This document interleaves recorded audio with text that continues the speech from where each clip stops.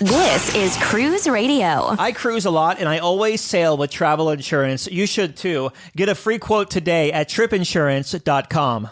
Here we go. Broadcasting from the tripinsurance.com studios in Jacksonville, Florida. This is Cruise Radio. Hey, how's it going? My name is Doug Parker. Thank you so much for checking out this episode of Cruise Radio. This week, a review of Carnival Venezia. Dan Skilken, president of tripinsurance.com, stops by to answer a couple of your listener questions. And staff writer Richard Sims on deck, but not only on deck, right here next to me at the boat ramp at the, Jetty Park at Port Canaveral? Apparently so. Yeah. We were going to watch a SpaceX launch, but it got canceled at the last second. Literally the last second. So we have that going on. So we'll jump straight to news here. We begin this week with how the situation in Venezuela impacted thousands of cruisers. There's an old saying that a butterfly flaps its wings in Japan, it triggers massive storms in the Amazonian jungle, or, something like that. I don't remember. You've never heard of the butterfly effect? No. There's even a whole series of movies called the butterfly effect. Anyway, it basically means that one small event can have massive consequences far beyond what you might anticipate because, hey, everything is connected. In this case, the U.S. government's actions in Venezuela wound up causing chaos for thousands of travelers. Why? Well, the United States Federal Aviation Administration, or the FAA, temporarily closed large parts of the Caribbean airspace in the immediate aftermath. This means that thousands of cruisers saw their flights impacted or canceled, whether they were heading toward embarkation or trying to get home after their cruise. Even people who haven't been directly impacted worry that they might be in the future. I'm right now sailing on the Norwegian Breakaway, and I was talking with a couple who have a sailing to the ABC Islands scheduled for late January.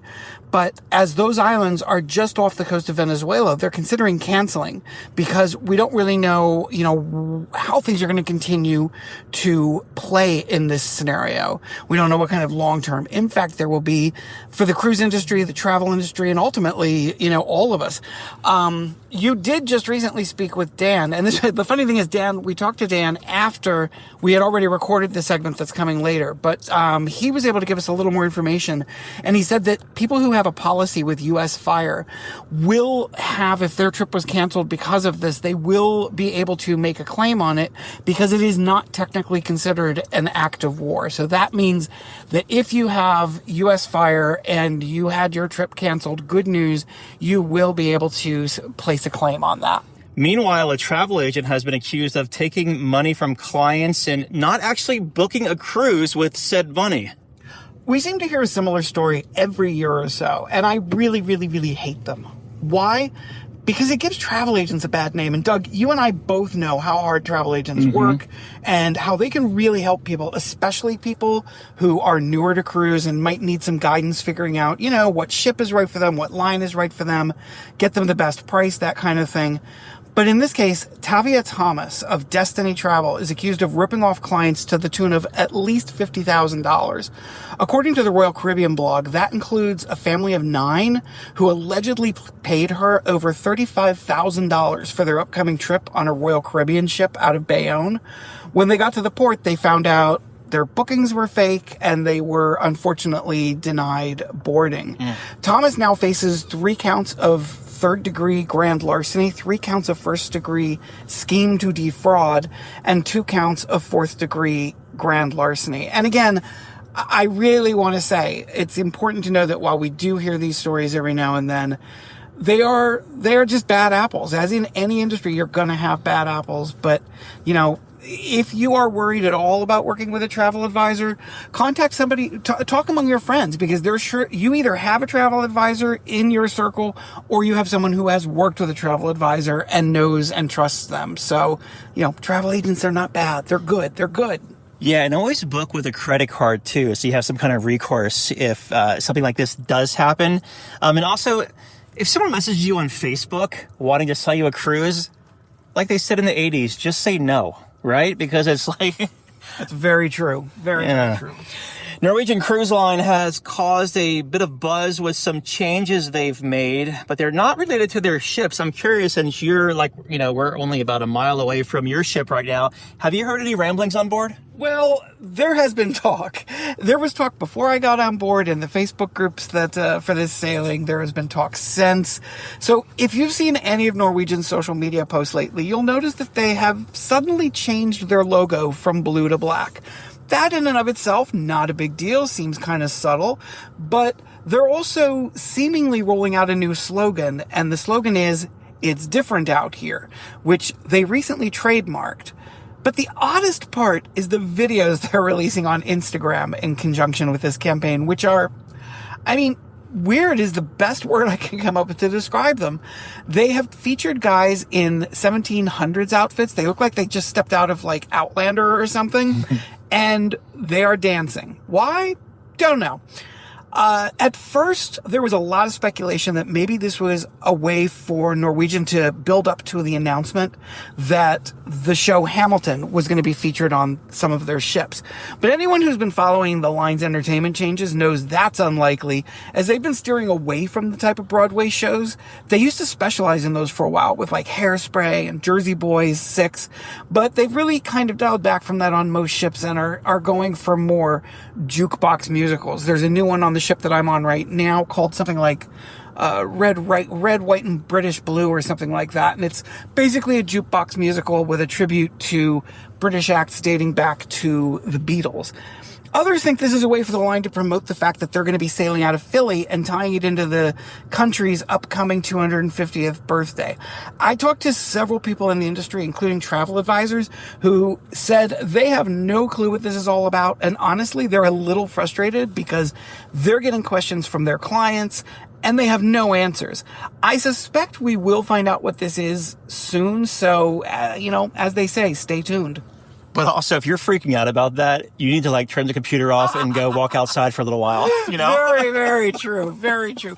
You know what? Let's not say freaked out. Let's say that people are curious. How does that? Okay, yeah. Either or, yeah. Interchangeable there. And a routine ID check led to the arrest of a crew member who allegedly had outstanding warrants from 2 different courts.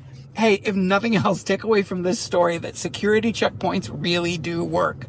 A 26-year-old man was allegedly a crew member aboard the Disney Adventure, and he was boarding the ship when the officials ran his personal information through a law enforcement database, and ba-ching, 2 things caught up.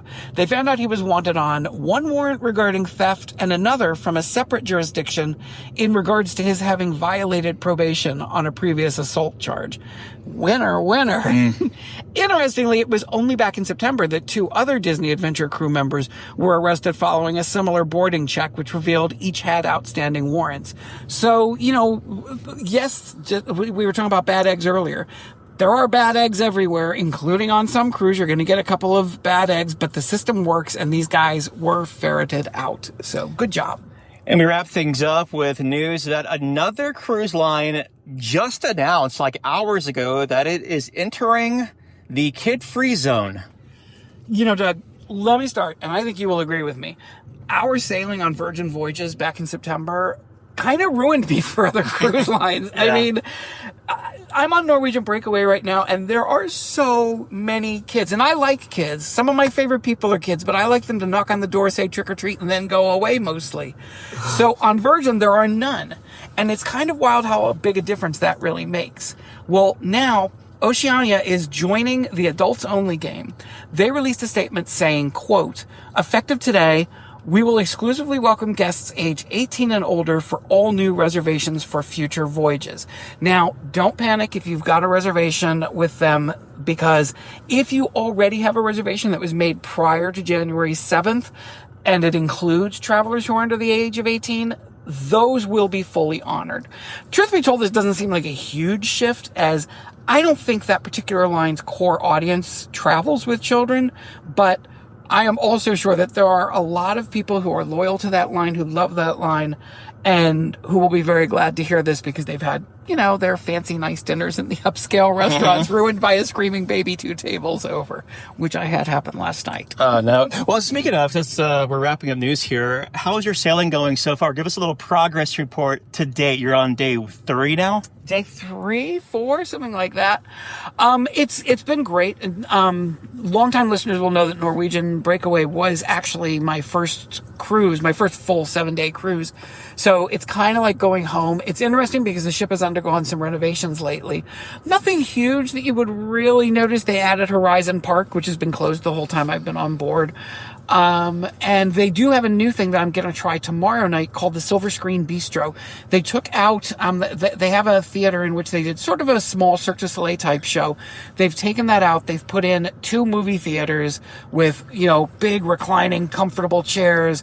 And they do like dinner before the movie and then they show a movie. The movie I'm seeing, I believe, is the new Now You See Me, Now You Don't movie. They have a wide variety of options. It does cost $50 a person, but you can also use one of your specialty dining credits for it. So I'm looking forward to that. But yeah, it's been good. There's a lot more kids on board than I expected, but I'm getting a lot of rest and relaxation, and that's good. I'm curious of your thoughts once you do the silver screen, because I had a friend on there, and she told me that she was the only person in the theater and she was traveling by herself. No one else was in there. So like she had the whole place to herself and the meal to herself and everything. And one of the workers said, to say it kindly, it could be a flop. And it's interesting because, I think the price point is kind of high, $50 a person for dinner and a movie. But when you look at the prices of everything else on board, like Cagney's is $60. I think that they're really counting on, if you're going to do this, you're probably going to use one of your dining credits. But I agree. I checked out the theater early today.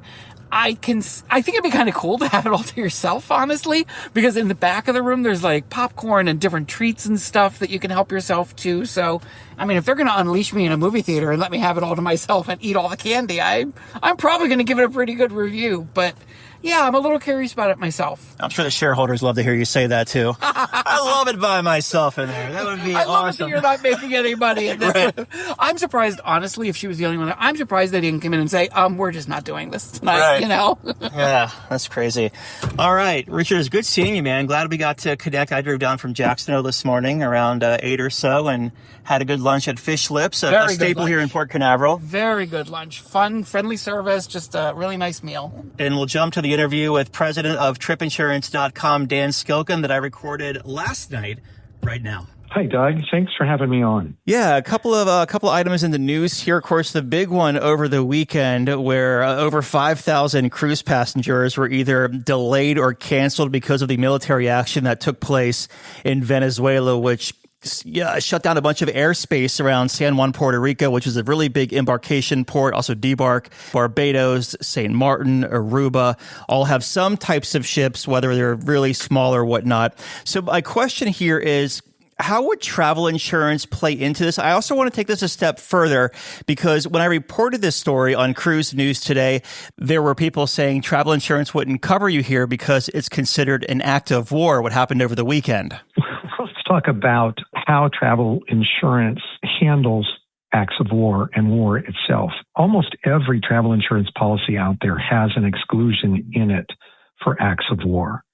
And that is making sure that the insurance company doesn't get hit with an enormous number of claims on a specific region, for instance. Israel is probably the most chronic one of this sort, because the insurance companies consider that missiles being shot at Israel, or Israel shooting missiles at Lebanon, for instance, or at Iran, they consider it's an act of war. It's not an act of terrorism that Lebanon shot a missile or that a missile came out of the Gaza Strip. Those are considered acts of war, and so they exclude cancellation for acts of war. If people had a cancel for any reason policy early on, they could have canceled with a cancel for any reason policy. What ended up happening is that so many people were canceling for cancel for any reason policies, or buying cancel for any reason policies going to Israel, that the insurance companies just stopped selling cancel for any reason to Israel. Mm-hmm. They temporarily halted it because they were trying to avoid a large number of claims specifically because of that. So what happened down in the Caribbean is a difficult circumstance because on one hand, the U.S. federal government specifically did not declare war on Venezuela. They didn't consider it an act of war. They considered it an arrest of a criminal on foreign soil. And so although they used military to do that and a military action, they haven't officially declared war. The thing is that if missiles, for instance, were being fired or we were bombing Venezuela, then the insurance company would consider that an act of war. But what's more curious about this is the shutdown of the airspace of the Caribbean. I am pretty sure that if you had a vacation planned for Venezuela and you had to cancel because of the action of arresting the president of Venezuela, you may have pushback from the insurance company because they may have considered it the reason was a war as to why you had to cancel. Typically, only the insurance company's claims department can make that determination. And a lot of times I've seen them decide that something was not an act of war or that they would cover it, etc. In this particular case, what's difficult to determine is when they shut down the airspace over the Caribbean to make sure that there is not involvement or a problem with domestic aircraft in the region. So they shut down the airspace to make sure that that doesn't happen for a limited period of time, which they did, causing a disruption of the airline. Okay, that's an airline delay. Well, there's specific language in most travel insurance plans that say if there's an airline delay, then that is covered for trip interruption or travel delay or misconnection, all of which would either pay for you to resume your trip. So if you missed the ship because you couldn't fly in there, then they pay for you to get to the next available port, as well as the days that you lost of your cruise under trip interruption and misconnection. They may cover the extra cost of hotel to stay down there. You left the ship, but now you can't get out on your aircraft, so you need a hotel. And they would cover the hotel costs, the food costs, local transportation costs. So all of that would typically be covered under an airline delay. So the real question is going to be here to see how the travel insurance companies handle this. Is it an air traffic delay causing an airline delay, which would normally be covered under travel insurance? Or are they going to try to declare that, well, the airspace was shut down because of an act of war? But we haven't declared war, and there was no war going on in the region. So I think they'd be hard-pressed to claim that this was anything more than an airline delay. So my suggestion to your readers is, first of all, get all your receipts together of any extra expenses or any losses that you incurred because of this delay. If you lost days on the ship, if you had an extra expense that you had to buy a new airline ticket, or you had extra hotel, food costs, transportation costs, get the receipts for all those, add that all up, and be prepared to file a claim. I'm sure that the insurance companies know exactly why the delay happened, and they know when the delay happened. So I would file a claim when you get back if you did incur a loss. Dan, if you were to file, let's just say you've made a claim about anything, not just this, and it was denied, have you seen many written appeals overturned? I have seen many, and we have helped many clients. Okay, our most important customer service at tripinsurance.com is working on claims with customers. I can tell you that every insurance company that we work with work very, very hard to figure out a way to pay a claim. People think that they are trying to figure out how not to pay a claim. I can assure you that paying your claim is a hell of a lot less expensive than them paying lawyers to defend this when they have to go up in front of the state insurance bureau to justify why they denied the claim. If the claim is actually excluded from the language in the plan, then they've got a very legitimate reason why not only did they, but why they have to reject the claim, because they are forced to adjudicate claims according to the contract, which is your actual claims document. That is a contract, and that contract is approved by the state insurance regulator for your home state. And if they pay a claim not according to that contract, or they deny a claim not according to that contract, they're in big trouble. So they don't. And they'll try to figure out any way they possibly can to file a claim. So a lot of times what you end up finding out is that they'll kick back a claim because they don't have sufficient documentation. They want proof of the actual loss. They want to see that you didn't get a credit from the cruise company, that you actually lost money on your cruise. They want to see justification, for instance, medically, on why you had to cancel. We've had a lot of people that try to cancel, but they haven't gone to see a doctor. They don't have a third-party verification that they were actually too ill to take the trip. So you got to use some common sense here and say, I got to have proof of why I had to cancel or why I had the loss, and then proof of the actual financial loss itself. So if something's stolen from you, you need a police report or a security report from somebody on board the ship that you talked with them and told them, and that they filed a report and you have a copy of that report. You just can't leave the ship, go home, file a claim, and say, well, something was stolen without any kind of third-party proof. Dan, if anyone has a question about travel insurance, how can they contact you?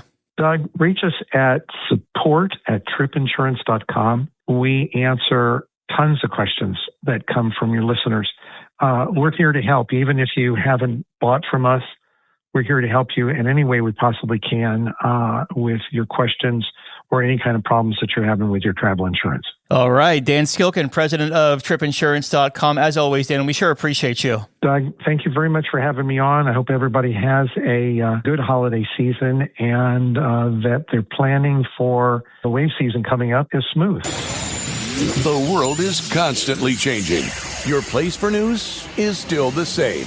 Online and on demand at cruiseradio.net. A big question we get at Cruise Radio is, how do I know if I need trip insurance? Simple answer. If you're getting on a plane, taking a road trip, or getting on a cruise ship, you need to have travel insurance. Hey, it's Doug Parker from my friends at tripinsurance.com. Not only does tripinsurance.com protect your vacation investment, but it also gives you peace of mind in case anything were to go wrong on your trip.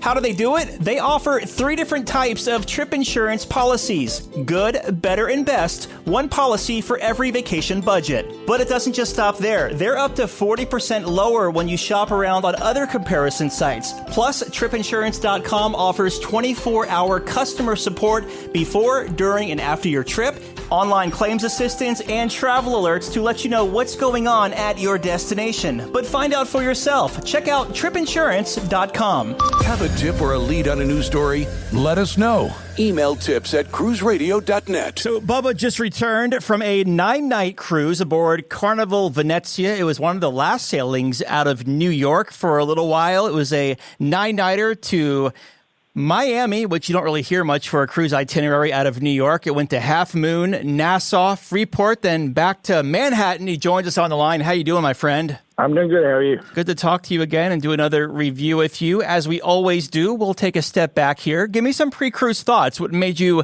want to take this 9-nighter on Carnival Venezia? Something that most people don't say, and I booked it for the price. There was no ship I really wanted to go to, and I wanted to try out the different ships.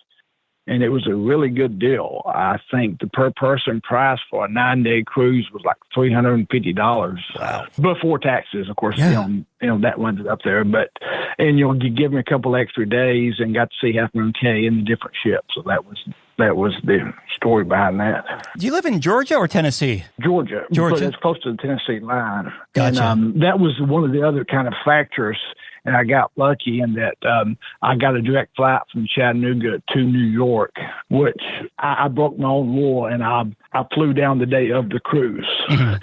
So that saved me like a fortune for the hotel and that kind of stuff. So having the direct flight and avoiding the Atlanta airport, if anybody ever flew there, was one of the highlights of the trip.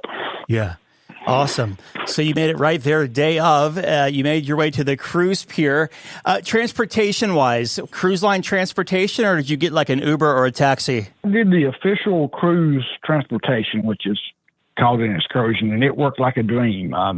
It was like $30 per person, something like that, and they were waiting on me carried me in a nice bus, didn't have to fight the Ubers, and it was a no-brainer, 10 out of 10. Everybody, I would recommend that to everybody.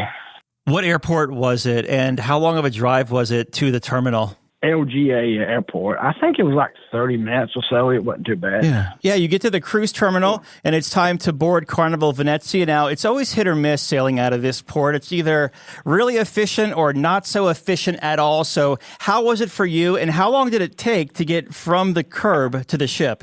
I would say it maybe took a little bit longer than normal. My flight landed at 9 o'clock, so I was there a little bit early, but I would say it probably took maybe 20 minutes or so. I mean, it was a little bit of a wait, but nothing out of the ordinary. Really nothing. It took a little bit longer than normal. It felt like they carried you to a few more steps than you would see like in Port Canaveral or Miami, but overall, it was fine. No issues. All right, so you make your way on board Venezia, a little bit of a departure from your typical Vista class atrium. What was your first impressions on board? I think the first thing I noticed was that just like the more of the classier decor will kind of hit you on that ship. It's got like the blue sky type ceilings. You've got some of your columns you see. So it's more of a classier type look than you would get on like the Vista and stuff like that. So that's kind of the first thing I noticed. What kind of stateroom did you book on this 9-nighter, and how was it throughout your voyage? As always, I booked the cheapest room I could get, and that's the inside room. It was a little bit different. I actually thought the stateroom was really good. It was nothing majorly different. Like your bathroom had some nicer decor. It had the real sink. There was little things like there was a light behind the bed, so you could turn the light on while you're still laying in bed. And after going on the Glory last time, which had one plug-in in the entire room, there was plenty of USBs and plug-ins, and even had a USB-C as well. But the bigger issue with the stateroom, I'll be curious to see what you say about this. I got there and I opened up the old drawer where the blow dryer was, and I saw 4 or 5 hairs as clear as could be. That's a problem, I think. What do you think about that? I was going to say, I agree, and I'm not trying to flex here, but I've been on 31 or 32 sailings post-COVID shutdown. Yeah, a good, not every single room, but a good amount of rooms I've been into have been cleaned half-ass. And that's not just a Carnival thing. That is Celebrity. It's a Royal Caribbean, NCL. It's not just, singling out one cruise line there. Right, yeah, and I'm not super sensitive about that kind of stuff. Yeah, same here. But I don't care if the carpet's got stuff in it, but when you get into like your bathroom and shower and that kind of stuff, but like the thing was like if he would have just opened that door and took 10 seconds to throw away the hairs, that would have changed my whole outlook of the entire thing. And I always tip the guy a little bit more on day one. I think he spent all week kind of making up for that. Right. But at that point, he'd kind of lost my... Sure. He kind of lost me by that point. Let's talk about the food on board Carnival Venezia, and we'll start at the top at the Lido Marketplace area, the buffet. How was your experience in there through the 9 nights, and how was it as far as crowds and congestion during dining times? As far as the Lido deck goes, there's a major problem with the ship, and that is the buffet lines. You know how like your newer ships have like 2-sided buffet and more stations? On this one here, it's you get one station in the front, one station on the back, and it's a single file line. And the buffet lines were always crowded because you kind of have to wait on somebody going slow. So that I don't eat the buffet a lot, so it wasn't necessarily a major deal to me. But the buffet lines were much more crowded. But I thought the food was excellent. They have of course, everybody probably knows the pepperoni pizza burger was excellent. That's only on this ship, I believe. They even have the white cheese as well. So I thought that was an easy change that Carnival needs to add to every ship. Is you had the American cheese and then you had Swiss cheese as well. So that was kind of a small thing, but that was good just to mix it up a little bit. They have that dining place. They have meatball subs, kind of a deli, we'll call it, right above Lido, like right above the pool deck. Did that help disperse the crowds? It actually moved pretty fast because they do kind of custom make it there. And that did help, but it was more of just that single file line just drags down and then you get people cutting and that kind of stuff. But yeah, I mean, it was actually more of an issue even like late at night Yeah. Like, because this is when they kind of, like, with the midnight buffet, it was pretty crowded in that as well.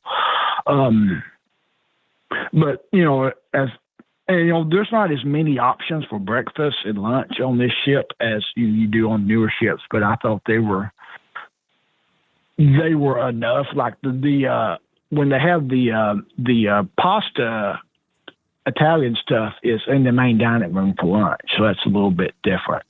It's not custom anymore. They had about 4 preset options, so that was a little bit of a negative. But as far as the main dining room, that was actually one of the bigger pluses of the week, was the service in the main dining room. I don't know if you want to go and talk about that now or wait. But as far as dining outside of the buffet and guys and everything, what time dining did you have, and how was the main dining room? The main dining room was excellent. And this is a topic, if you remember, on the last cruise, my biggest complaint when I got on here was the main dining room anytime was just unfriendly. Mm-hmm. So I started thinking of so after thinking about that, I was like, well, I'm going to switch to traditional. And it was night and day difference. And one of the highlights of the week, we had 2 really good waiters. Service was top notch, friendly as can be, and it's kind of funny how friendlier the people get when they know that you may tip them at the end of the week. Yeah, no, 100%. Any meals really stick out in there for you? Yes, the best dessert I've ever had on a cruise in my life was on this. It was called cappuccino gelato pie, and it was coffee flavored, and it was amazing. Like the best dessert I've ever had. And of course, they only have it one night, unfortunately. The tiramisu, to baked Alaska, they kind of change it up and make it Italian themed. But the menu is a little bit different. They do have special Italian stuff every night that you don't see on other ships. And I love Italian food, so I was able to get that. But yeah, I mean, as far as the service in the main dining room, like it's such night and day difference compared to anytime dining. Like the thing with anytime dining is it's not really anytime dining, because just because you want to eat at 6:45 doesn't mean you're going to get to eat at 6:45. There can be waits and that kind of stuff. I'm somebody that drinks a lot of liquids, and I never had to worry. And I usually get my cup and refill it. And I didn't even have to do that this time, so that was a nice thing. There was one day at 8:04, I was eating my entree which was like 19 minutes after I got there, and they had my dessert waiting on me. Did you do any specialty dining on this voyage? No specialty dining. Okay. I thought the food was good enough to where I didn't have to pay extra. Gotcha. Okay. Very nice. How about the entertainment? How did that stack up for the 9 nights? The entertainment, the shows, I didn't do too many of the main shows this time. I had saw them before. The quality of singers I didn't think were that good. So, I saw the secondary shows and stuff like that. But they had, one of the highlights was they had like a Italian-themed deck party, and it was different than your normal deck party. They had a little bit of games and that kind of stuff, so it was good. And then they kind of had a new thing. It's kind of like Love and Marriage, but with like parents and kids. I forget the name of it now. I didn't get to watch but a few minutes of it. I think it's like a generational thing, so that was something that was different. That was pretty good from what I saw. Gotcha. And they did the Family Feud and that kind of stuff as well. Did you catch any comedy shows or music around the ship? The comedy was good. One good thing they did was they had a late night comedy pretty much toward the end. They did it about every night at midnight. So that gave me something to do. Somebody that wants to stay up late but don't want to hit the nightclub or the piano bar. The comedy was like, those comedies can be packed. Like there was a time at 3:00 that you had to stand up because they were so crowded. But, the comedians were good. They were some of the better comedians I've seen. How was the casino as far as the smoke situation in and around it? It was rough. This is that ship that you can't really avoid the casino. I won't say it's on 4. You kind of just have to walk it. But it's a small casino, so it's not a major deal because it's a smaller casino, but the smoke smell was bad. And if you're on deck 4, you can't really avoid it unless you go up or down. So that was there. How were the sea days as far as crowds and congestion? The sea days were cold, which I guess you expect. That's probably why I got such a good deal on the cruise. But it feels like when you get those cold days, everybody kind of hibernates inside. And this was football season, so I was, watching football and those, for football on cruise ships have came a long way over the last decade, but they still have them in too small of venues, so that made for a tons of crowds on the Sunday for the NFL games. So just those 2 bars, not on the big screen by the pool? That was actually one of the issues. It was just in the sports bar. But overall, I think when it's not the fun sunshine outside, it kind of changes your sea days type of activities and stuff. Yeah. And your mindset. It's more of like an inside relaxed type thing than baking in the sun. Yeah, it's definitely a different vibe there. Let's talk about your ports of call you hit on this 9-night cruise. So you leave Manhattan. First off, how was your first sail away out of New York City? It was beautiful. I got the sunset pictures, and you got that kind of, so being able to see you sail away about sunset, so you got the skyline and the sunset. So it was beautiful, and the ship was delayed a couple of hours leaving. So that meant I got to see the Statue of Liberty at night. You didn't get super close to it, but still, it was cool to see it. Yeah, for sure. Still to see it at night. So your first port of call, was it Miami?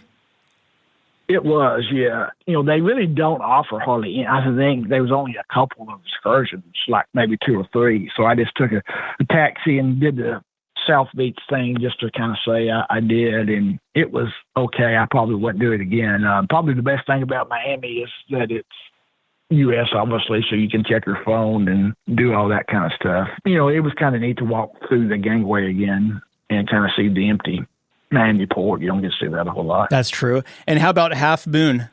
Half Moon Cay is amazing. I'm often asked by people that don't go on cruises what my favorite port is, and I would say it's Half Moon Cay. I kind of think it's like an adult type of place. It's not a whole lot of fancy stuff, but you got beautiful water and sand, and comparing it to Miami, there's no comparison. I mean, Half Moon Cay is amazing. Hopefully, when they get that dock built, it will kind of ease everybody's mind of not missing it as well, because I know it gets missed a lot with the wind and stuff. Yeah. How was the food there during the day, and how was your weather there? The weather, it was great. It was a good warm day. That was the one day I got my tan. The food, they had your typical barbecue type stuff. It was good. I don't like to eat a whole lot when I'm on the beach and hot, but I mean, it was your typical kind of barbecue you see on those kind of ports. Gotcha. And then your next port of call was Nassau, Bahamas. What did you do there? I went to the beach, Paradise Beach, just took a cheap taxi to that and hung out for a few hours at the beach there. And by comparison, like Nassau gets a bad rap because everybody's been there 100 times. But if you compare the beach to Nassau to Miami, there's no comparison. Nassau is much better. And it's over there close to the Atlantis type area. Yeah. So that was a good, I think I would do that again next time I'm in Nassau. I can't remember if you and I have talked about this. What did you think of the new port area in Nassau? Well, a couple of years now. It's good to walk around for a little bit, but at the end of the day, it's kind of just shops and souvenirs that I'm probably not going to buy. But it's better than it was, but I would prefer that of money to go towards something to do. Final port of call was Freeport on Grand Bahama Island. How was your day at Freeport? Pretty much just stayed on the ship. I walked around for a few minutes to record some stuff, but there wasn't too much to do. My cousin wasn't with me this time, so if he was there, we would have did the beach thing. But and after being a couple, like three beach days in a row, I didn't need another one, so I pretty much just a sea day basically for me. How was it sailing a 9-night cruise solo? It's not for me. Because that obviously, as a guy, one of the few people that worries about price, it just double your price.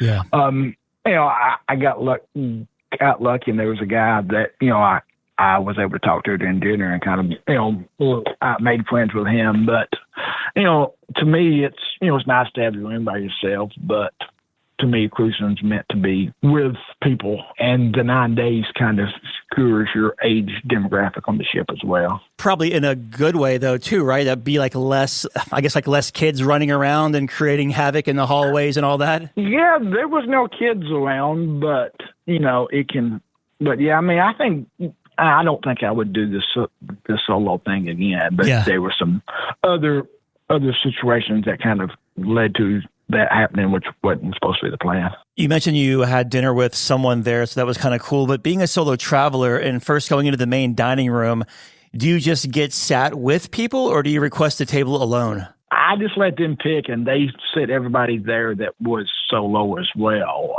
That was, like I said, this time it worked out because there was a guy that was about my age that actually had a YouTube channel as well, so we kind of talk about that. But, it was like luck of the draw. This time it worked out, but next time it could have been that awkwardness of not knowing what to talk about. But it worked out this time, but probably wouldn't be something I would. Probably next time it probably wouldn't, but I got by this time with it. You get back to Manhattan to debark Carnival Venezia. How was that process? It was smooth. I mean, I always just take my own luggage and that kind of stuff. So I was staying where I just had to go down a couple flights of stairs. So just carry the luggage down a couple flights of stairs and walk off. Nothing to it. Did you fly out the same day? I did, yeah. My flight was later on at night, so that was kind of the one downside. So I had some time to kill in New York and, did that for a couple hours and kind of just went and hung out at the airport. Yeah. Do you have any first-time tips to offer anyone sailing either Carnival Venezia or taking a cruise out of Manhattan? First-time tips, I would say definitely do the traditional dining.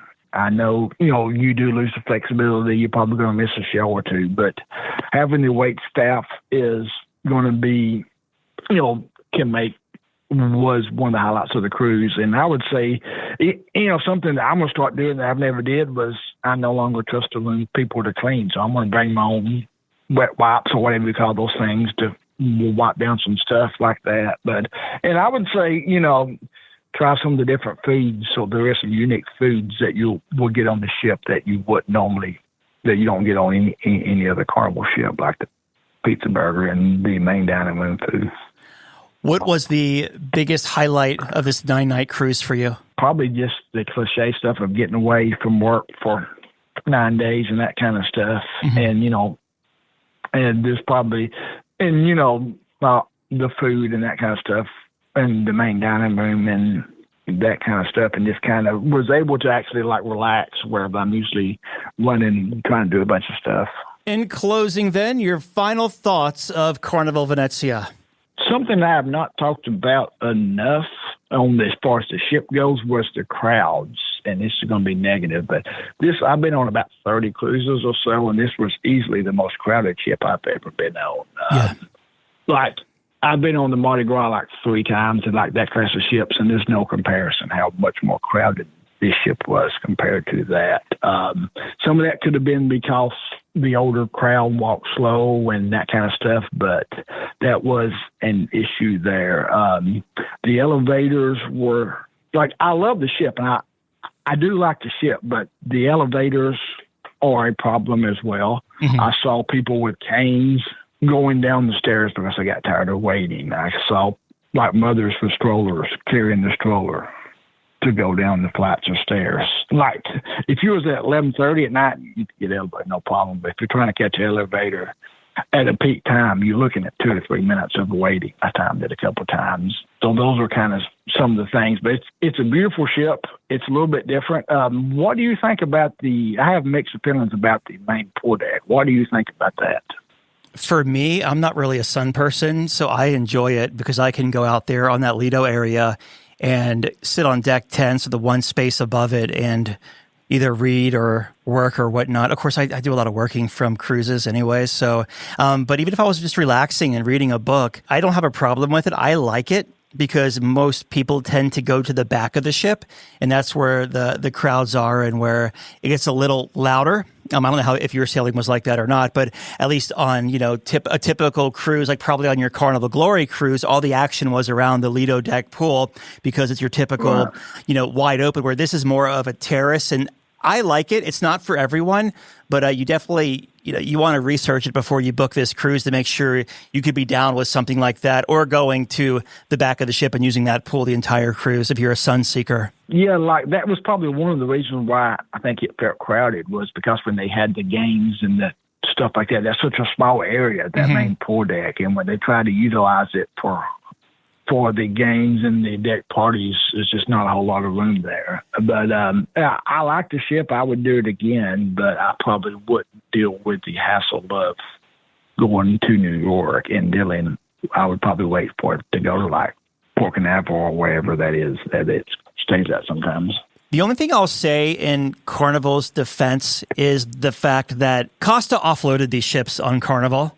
Well, the corporation did, because they couldn't sail the ships in China at the time, and they had to do something with them because they were both almost brand new at the time of the shutdown. One was launched during the shutdown, so they had to do something with these ships because China wasn't allowing U.S. cruise ships at the time. The crowds, I've been on both Venezia and Firenze, and it's the same on both ships. For example, when they had karaoke at like 5 to 7 every night, it was standing room only for karaoke all week long. You could not find a seat for karaoke. And it was little things like there was a piano there.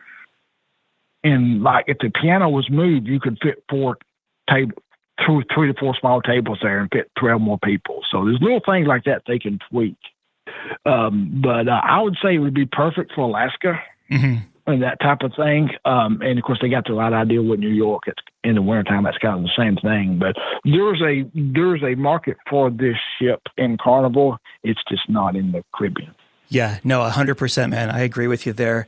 Well, before we close this thing out, earlier you mentioned that you were sitting at dinner with a fellow creator or YouTuber. So it sounds like you have a YouTube channel. Where can we find your information? And do you have anything out for Carnival Venezia yet? I do. I have several videos out. You can find me at Bubba's Cruise and Concerts on YouTube. Well, we'll link to that in the show notes at cruiseradio.net. Bubba, it's always good talking to you, my friend. Thank you so much for coming on. Sounds good. Thanks for having me. All right, Dougie, let's see what we got for you, buddy. Cruise Radio is produced at the TripInsurance.com studios in Jacksonville, Florida. Get cruise news, ship reviews, and money-saving tips every Thursday on Cruise Radio. If you've enjoyed this episode, please subscribe to the show.